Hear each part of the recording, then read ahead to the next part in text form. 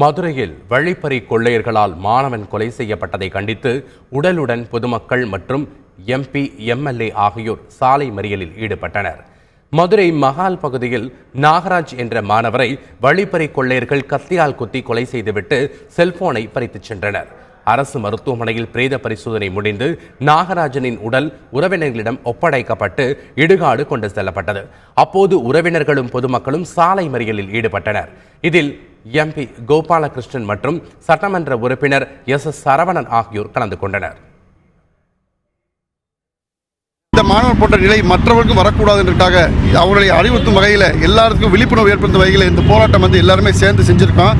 Collector சாரும் commissioner சார்ட்டும் தொடர்பு கொண்டோம். அவங்களும் எங்களுக்கு உறுதி கொடுத்துருக்காங்க. கண்டிப்பாக அந்த 3 மர்ம நபர்கள் நம்ம கண்டிப்பாக இன்றைக்கி நைட்டு காலையில் கண்டுபிடிச்சிருவோம் சொல்லி இனிமேல் இந்த நிகழ்வு ஏற்படாத வகையில் சட்டம் ஒழுங்கு நல்லா இருக்கணும், எல்லாருமே மக்களுக்கு பாதுகாப்புன்னு சொல்லி நாங்கள் எல்லாமே முடிவு பண்ணி சொல்லுவோம்.